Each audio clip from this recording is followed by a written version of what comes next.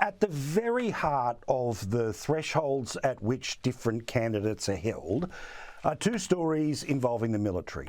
I've walked everyone through in laborious detail the lies that were told about what happened when Donald Trump was invited by some of the families of the 13 who died in Afghanistan.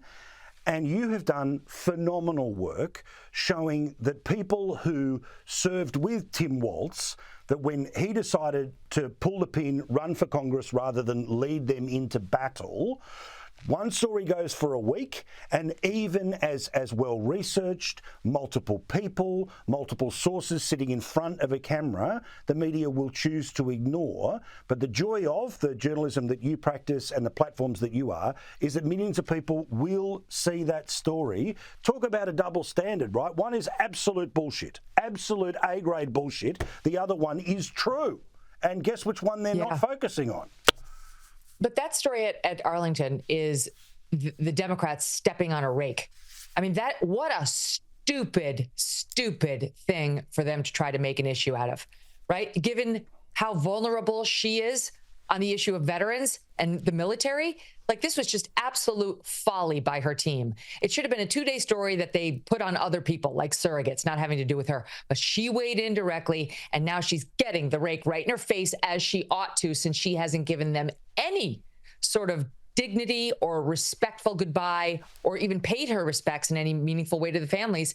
And they were ready for this. So, the media is 100% on her side.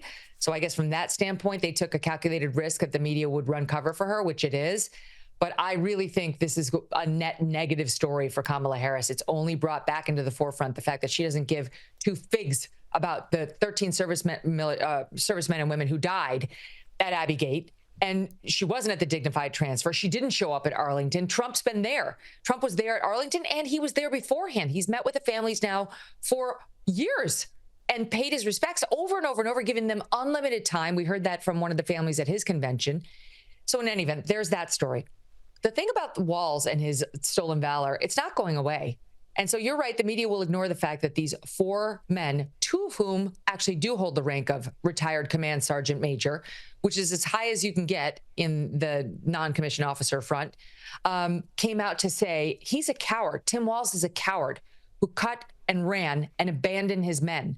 And that he's been doing this stolen valor when it comes to his rank, when it comes to his story about why he didn't go to Iraq, and when it comes to whether he served in war, whether it was Afghanistan or Iraq, for years.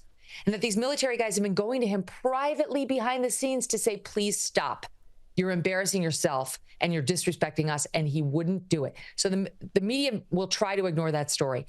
But I just think it has legs, and that the independents who are in these critical swing states are going to see the clips that were on my show. These guys have been out there, some of them individually, the clips that have been out there.